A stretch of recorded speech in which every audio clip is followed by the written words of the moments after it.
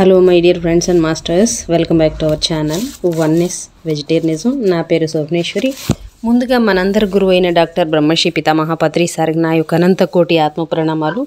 సత్యలోకవాసులకి, దివ్యలోకవాసులకి, మహాకారణ లోకవాసులకి, నక్షత్ర లోకవాసులకి, ఏంజల్స్కి, మహావతార్ బాబాజీకి, బుద్ధ భగవానుడికి, రామ్త మాస్టర్కి, పరమాత్మైన సదానంద యోగి మహారాజ్కి, పరమగురువులకి, పరమగురు మండలంతటికి నా యొక్క అనంత కోటి ఆత్మ ప్రణామాలు. హాస్టల్ మాస్టర్స్ అందరికీ పేరు పేరున స్వాగతం, సుస్వాగతం. Welcome masters, welcome welcome. Thank you. అయితే రోజులాగానే ఈరోజు కూడా మరింత జ్ఞానాన్ని, విజ్ఞానాన్ని షేర్ చేయడానికి మరి శాంత మేడంకి సాదరంగా వెల్కమ్ చేసుకుందాం masters. Madam welcome. Madam welcome to our session. Madam over to you madam. Shanta madam. Thank you madam. Thank you so much. ముందుగా మీకు హృదయపూర్వక ధన్యవాదాలు, కృతజ్ఞతలు మేడం. అవకాశం ఇచ్చినందుకు ఆత్మ ప్రణామాలు. ముందుగా మన గురువు గారైన బ్రహ్మర్షి పితామహ పత్రిసరి గారికి, స్వర్ణమల పత్రి మేడం గారికి నా ఆత్మ ప్రణామాలండి. విశ్వంలోని గురువులందరికీ నా ఆత్మ ప్రణామాలు. అలాగే వన్నెస్ వెజిటేరియనిజం టీవీ వ్యవస్థాపకులు స్వప్న మేడం గారికి అవకాశం ఇచ్చిన ఆ మేడం గారికి ఎంతగానో నేను కృతజ్ఞత పూర్వకంగా ఆత్మ ప్రణామాలు తెలుపుకుంటున్నానండి. అలాగే రామ్తా మాస్టర్ గారికి, నా తల్లిదండ్రులకి ఆత్మ ప్రణామాలు. నాకు ఎంతగానో అవకాశం ఇస్తున్న నా కుటుంబ సభ్యులందరికీ ధన్యవాదాలు, కృతజ్ఞతలు. Thank you. ఈరోజు ఓషో గారి బుక్ భయం అనే చాప్టర్ లో ఉంది అండి. 83వ పేజీ నుంచి 83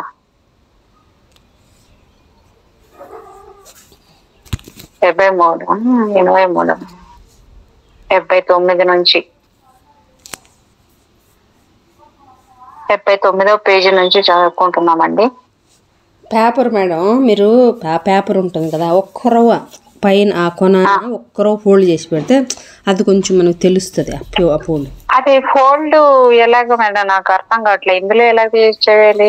ఇప్పుడు పేపర్ ఉంటుంది కదా మేడం, ఆ పేపర్ ఎడ్జెస్లో పైన ఎడ్జెస్లు ఉంటాయి కదా, కింద కానీ పైన కానీ ఎడ్జ్, ఆ ఎడ్జ్ లో కాదు మేడం, బుక్ లో అయితే చేయొచ్చు. ఇందులో ఎట్లా చేస్తారు? సారీ మేడం నేను బుక్ బుర్రలో కదా ఉన్నాము. బుక్ మూడ్లోనే ఉండిపోయారు. ఓకే. నిజమే. సరే, అదైతే పెట్టేసేదాన్ని మేడం, ఏదో ఒకటి ఇది కాబట్టి. అవును.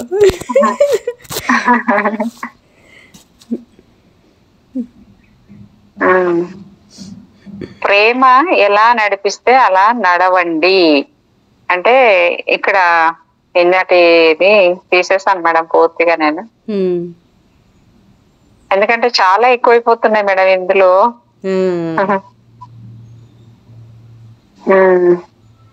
రూమీ కవితలో భయం చెప్పిన దారిలో వెళ్లకుండా మీ అంతర్గంలోకి వెళ్ళండి అని ఉంది. ధ్యానంలో ఏదో తెలియని శూన్యానికి చేరుకున్నప్పుడు నాకు చాలా భయం వేస్తుంది. దానిని ఎలా అర్థం చేసుకోవాలో, దానితో ఎలా స్నేహం చేయాలో దయచేసి చెప్పండి అని క్వశ్చన్ అడిగింది ఒక ఆమె. రూమీ కవితలో భయం చెప్పిన దాంట్లో మెౌలానా రూమీ కవితలలోని పదాలు అత్యంత ప్రాముఖ్యత కలిగినవి. అనేక మంది హృదయాలను దోచుకున్న అలాంటి వ్యక్తులు చాలా అరుదుగా ఉంటారు. సూఫీల ప్రపంచంలో రూమీ ఒక చక్రవర్తి. అతని కవితలలోని పదాలు మామూలు మాటలు కావు. వాటిని పరమ నిశ్శబ్దానికి మూలాధారాలుగా, అంతరంగ తరంగాల అపురూప గీతాలుగా అర్థం చేసుకోవాలి. ధ్యానం కోసం అతను ఒక ప్రత్యేకమైన విధానాన్ని రూపొందించాడు. చిన్నపిల్లలు ఒక చోట నిలబడి చేతులు చాపి గిరగిరా తిరిగే విధానమే అతని ధ్యాన పద్ధతి.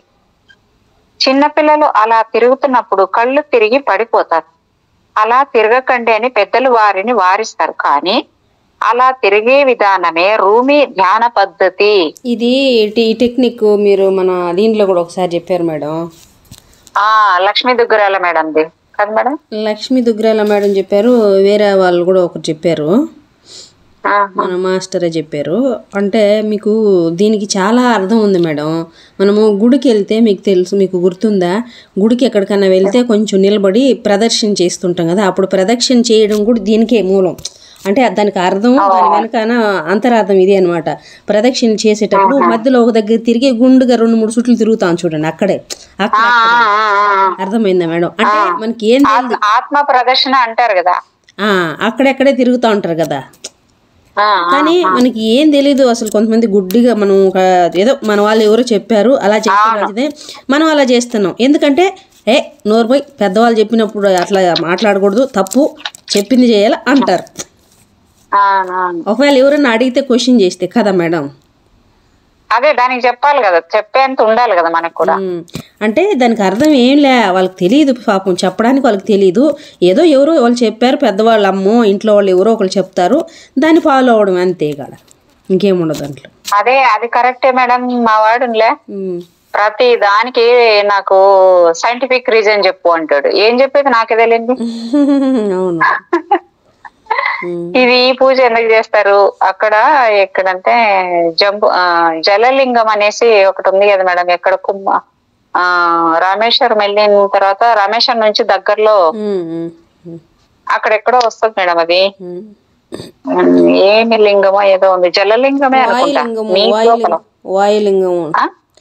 కాదు మేడం, జలలింగమే అది. అది పేరు ఏదో ఉంది, ఊరి పేరు.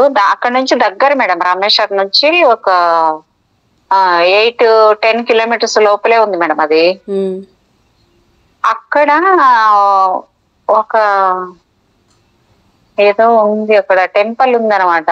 అది స్టోరీ గుర్తుకు రావట్లేదు, మళ్ళీ చెప్తానులేండి మేడం గుర్తుకొచ్చినప్పుడు.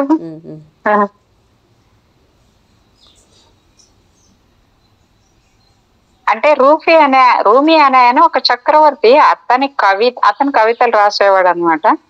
మామూలు మాటలుగా వాటిని పరమ నిశ్శబ్దానికి మూలాధారాలుగా, అంతరంగ తరంగాల అపురూప గీతాలుగా అర్థం చేసుకోవాలి. అంటే ఇదంతా ఆయన ఇప్పుడు ఓషో గారు ఇప్పుడు ఫారిన్ లాంగ్వేజ్ ఇదంతా వాళ్ళదేగా ఉంది కదా మేడం స్టోరీ ఇదంతా. అట్లేం లేదు మేడం, అన్నిట్లో జ్ఞానము ప్రతిదీ సూఫీస్ది, బుద్ధిజంది, ఇట్లా కొన్ని హైయెస్ట్ జ్ఞానం అయితే, నాలెడ్జ్ ఏదైతే ఉంటుందో అలా అందరివి ఉంటాయి మేడం. ఫారినర్ అనే కాదు, వాళ్ళందరూ తీసుకుని ఆ ఎసెన్స్ అంతా ఆయన చూసి దాన్ని అర్థం చేసుకుని దాన్ని ఆచరించి ఆయన ఏ జ్ఞానాన్ని అయితే పొందాడో అదే షేర్ చేస్తున్నాడు మేడం. ఇంకా మీకు చెప్తే ఆయన సొంతంగా చేసినవి ఎన్నో ఉంటాయి. ఆయన ప్రయోగాలు చేశాడు అనుకుంటా ఆయన. అవును అవును అవును. పత్రి సార్ చెప్తారు కదా, మీకు గుర్తుందా?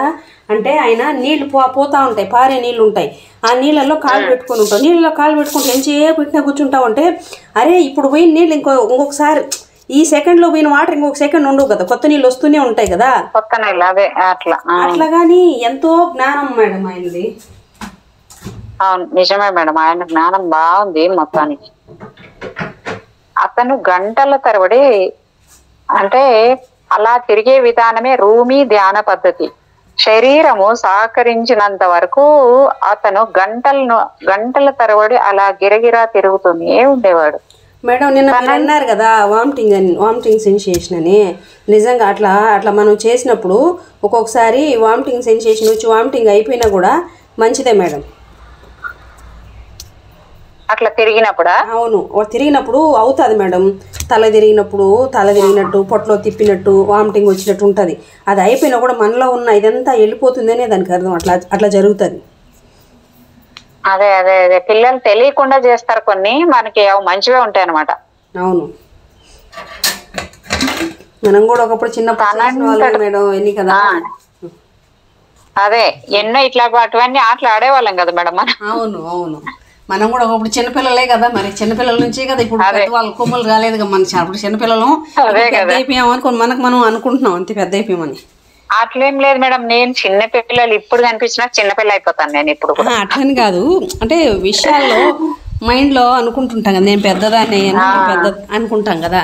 కానీ మనకు అన్నీ ఎప్పటికీ చిన్నపిల్లమే మనం. అవునవును. తనంతట తాను ఎప్పుడు ఆగేవాడు కాదంటే. అలా తిరుగుతున్నప్పుడు కేంద్రంలో ఏ మాత్రం కదలకుండా నిశ్శబ్దంగా ఆగిపోయిన క్షణం ఒకటి వచ్చేది. ఆ కేంద్రం చుట్టూ శరీరం తిరుగుతున్నా ఏ మాత్రం కదలనిదేదో ఆ కేంద్రంలో ఉండేది. అదే అతని ఉనికి. ఒకసారి రూమి అందరి ముందు ధ్యానం పేరుతో ఏ మాత్రం ఆగకుండా 36 గంటలు గిరగిరా తిరిగి కింద పడిపోయి కళ్ళు తెరిచి చూడగానే అతనికి అంతా కొత్తగా కనిపించింది. కళ్ళు తిరిగి 36 గంటలు 36 గంటలు అంటే కాదు మేడం, అక్కడ జరిగింది ఏం విషయం ఏమంటే, మనం ఏదో ధ్యానం చేస్తుంటాము, ఇంకేమో చేస్తుంటాం, ఏమో కోరికలు హాస్టల్ ట్రావెల్ కావాలి, హాస్టల్ ట్రావెల్ అంటే ఏం అటు చేసినాం అనుకో దెబ్బకు సోల్ బయటకు వచ్చేస్తుంది, బాడీ కింద పడిపోతుంది. ఇంకేం చేయాల్సిన అవసరం లే, సోల్ బయట వచ్చేస్తుంది మేడం. కానీ 36 గంటలు తిరగడం సాధ్యమా మేడం? ఏంటి అసలు? 1 డే అండ్ నైట్, మళ్ళీ ఒక పగలు, ఎంత అయిపోయింది చెప్పండి. అంటే సాధ్యమా అంటే ఎంతో ప్రాక్టీస్ ఉంటుంది మేడం, ఎంతో ప్రాక్టీస్ ఉంటుంది, ఆ జ్ఞానం ఉంటుంది వాళ్ళకి. మనం కూడా ప్రతిదీ సాధ్యమే మేడం. మనం కూడా ఇప్పుడు మనం 5 నిమిషాలు ఈరోజు తిరగగలము, రేపు చేస్తే 10 నిమిషాలు తిరగగలం కదా. ట్రై చేయాలి మేడం, నిజంగా అంటే ఇది బాగానే ఉంది ఇవన్నీ.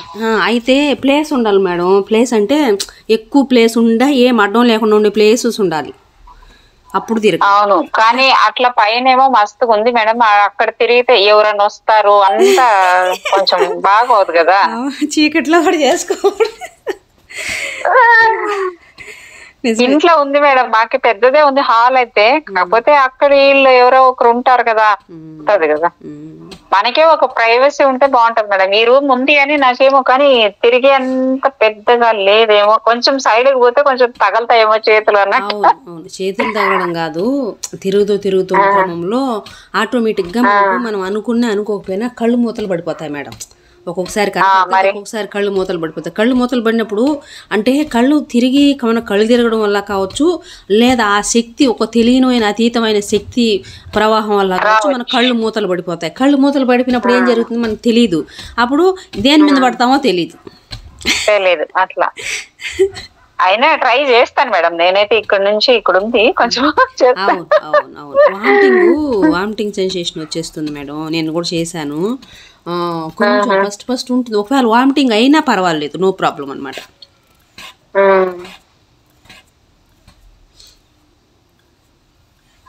అదే ఈ 36 గంటలు గిరిగిరా తిరిగి కింద పడిపోయి కళ్ళు తెరిచి చూడగానే అతనికి అంతా కొత్తగా కనిపించింది.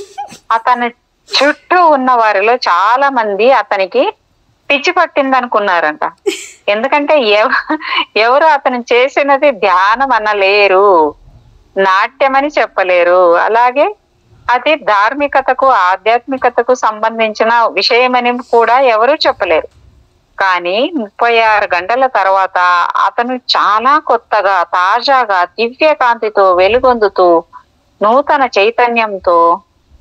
కానీ మేడం ప్రతిదీ మన పురాతనము, మన సనాతన ధర్మం కావచ్చు, మన ఆచారాలు కావచ్చు, ప్రతిదీ ఇప్పుడు శివుడు ఏమంటాము నాట్యం చేస్తాడు కదా మేడం, ఏమంటాము నటరాజ నాట్యం చేస్తాడు కదా, శివతాండవం అంటాం. ఆ శివతాండవం ఏంది మేడం, ఇదే అర్థమైందా? ఆ ఎనర్జీ ఏదైతే ఉందో ఆ ఎనర్జీని ఉత్తేజితం చేసుకోవడం, ఆ ఎనర్జీ తీసుకోవడం, పాజిటివ్ ఎనర్జీ తీసుకోవడం, అదే మరి శివతాండవం అంటే. ఇంకేంటి మేడం, ఆ ఉగ్ర రూపం దాల్చే శివతాండవం. నాకు కోపం వస్తే నేను శివతాండవం ఆడతాను అంటారు కదా కొంతమంది.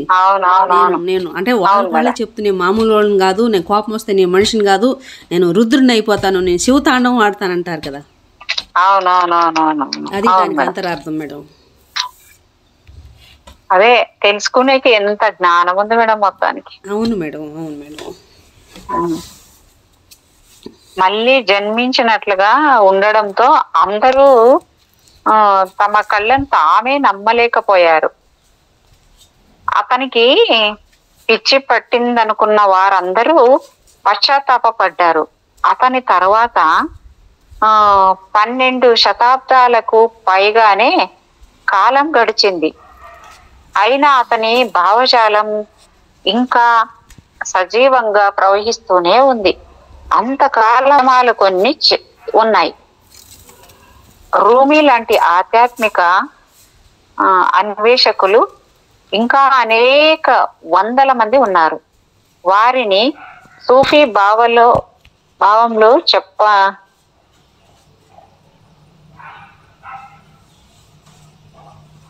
ఎర్విష్ అంటారు.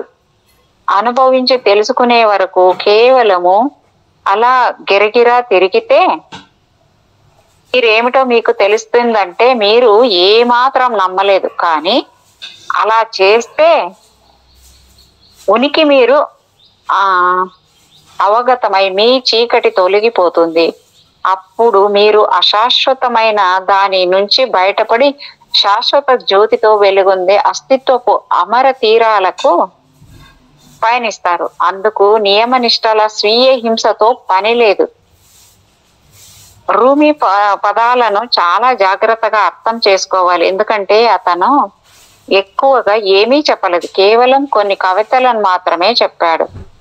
భయం చెప్పిన దారిలో వెళ్లకుండా మీ అంతర్గతంలోకి వెళ్ళండి అని అతను చాలా చక్కగా విప్లవాత్మకంగా చెప్పాడు. అవును, అతను చెప్పినది నిజమే. భయం చెప్పిన దారిలో ఎప్పుడు వెళ్ళకండి. ప్రేమ ఎలా నడిపిస్తే అలా నడవండి, అలాగే ఆనందం ఎలా నడిపిస్తే అలా నడవండి. అంతేగాని భయం దారిలో భయపడుతూ నడవకండి. ఎందుకంటే మీరు అనుకుంటున్న మతాలన్నీ భయం పైనే ఆధారపడ్డాయి. భయమే వాటి దేవుడు. వాటి స్వర్గ నరకాలు కూడా భయం దురాశల నుంచి పుట్టినవే. అన్ని మతాలు దేవుడికి భయపడండి అనే చెప్తాయి. మహాత్మా గాంధీ కూడా నేను దేవునికి తప్ప ఎవరికి భయపడను అనేవాడు. అది విన్నప్పుడల్లా కేవలం మూర్ఖుడే అలా అంటాడు. కావాలంటే మీరు అందరికీ భయపడండి కానీ దేవుడికి భయపడకండి అని నాకు చెప్పాలనిపించేది. ఎందుకంటే అదే కదా, దేవుడు ప్రేమ ద్వారానే మీకు దగ్గర అవుతాడు. అలాంటప్పుడు అతనంటే భయం ఎందుకు? పైగా దేవుడు ఒక వ్యక్తి కాదు, విశ్వ చైతన్య హృదయ స్పందనే దైవం.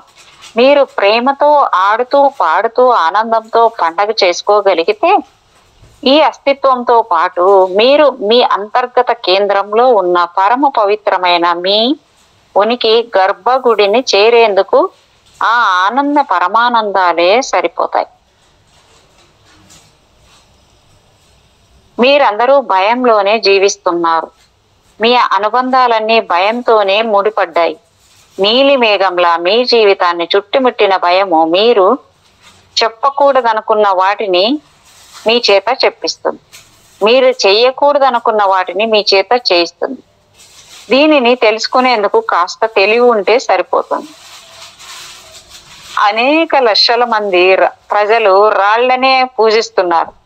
అవన్నీ వారు చెక్కిన శిల్పాలే. వారి దేవుళ్లను వారే సృష్టించుకుని వారినే పూజిస్తున్నారు. ఇదంతా కేవలం విపరీతమైన భయం వల్లనే. ఎందుకంటే వాస్తవానికి మీకు దేవుడు ఎక్కడ కనిపిస్తాడు?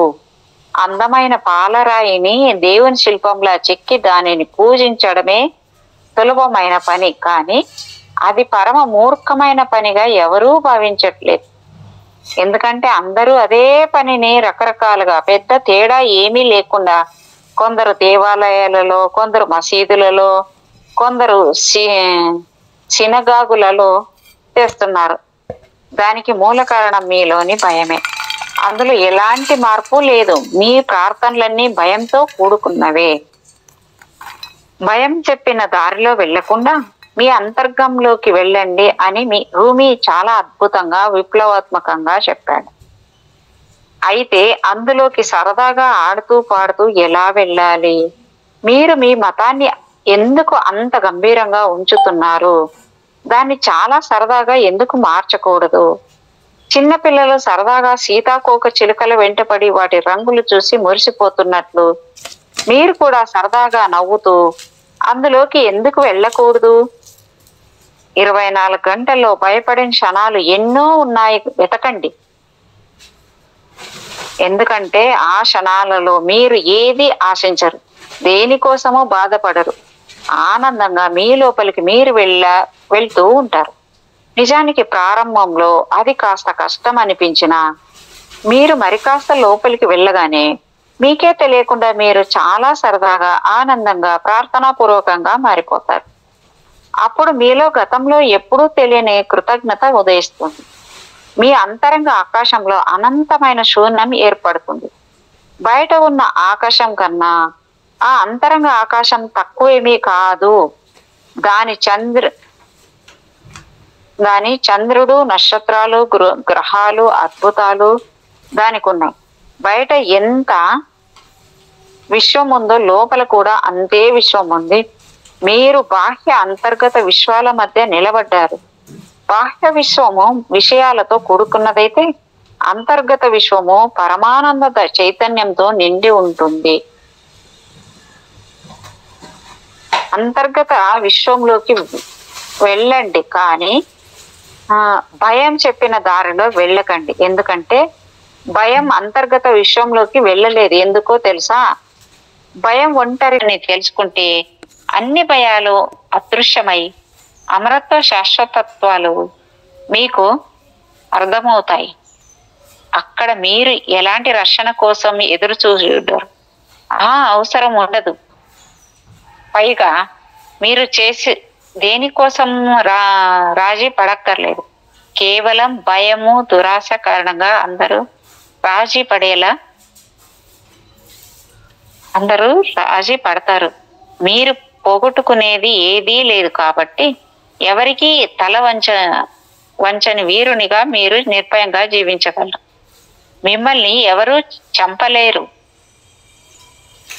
ఎందుకంటే మిమ్మల్ని మీరే చంపుకున్నారు. మిమ్మల్ని ఎవరూ దోచుకోలేదు.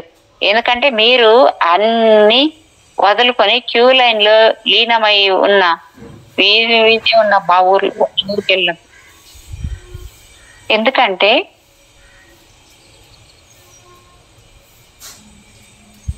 మీరు పోగొట్టుకునేది ఏదీ లేదు కాబట్టి ఎవరికి తల వంచని వీరునిగా మీరు నిర్భయంగా జీవించగలరు. మిమ్మల్ని ఎవరు చంపలేరు. ఎందుకంటే మిమ్మల్ని మీరే చంపుకున్నారు. మిమ్మల్ని ఎవరు దోచుకోలేరు. ఎందుకంటే మీరు అన్ని వదులుకొని శూన్యంలో లీనమై మీరే శూన్యమయ్యారు. అప్పుడు మరణం సంభవం కాబట్టి విరుద్ధంగా అనిపించిన ఆ శూన్యంలోని అద్భుతమైన రక్షణ, భద్రత, స్థిరత్వాలు మీకు లభిస్తాయి. మరణంతో పాటు కాలము అదృశ్యమవడంతో అవి సృష్టించిన సమస్యలన్నీ అదృశ్యమవుతాయి. అలా సమస్యలన్నీ అదృశ్యమవడంతో మీలో నిర్మల ఆకాశం మిగులుతుంది. అదే సమాధి స్థితి అనే అదే నిర్వాణం. మేడం 3 అయిపోయింది. క్లోజ్ చేయాలా? సరే మేడం, అలాగే. Okay madam. Thank you madam. Thank you so much. Thank you. నాకు అవకాశం ఇచ్చినందుకు మీకు thank you madam. Thank you so much. మీకు నా యొక్క హృదయపూర్వకమైన కృతజ్ఞతలు. మరొక్కసారి పరమగురు మండలందరికీ నా యొక్క అనంత కోటి ఆత్మ ప్రణామాలు. Thank you madam. Thank you so much.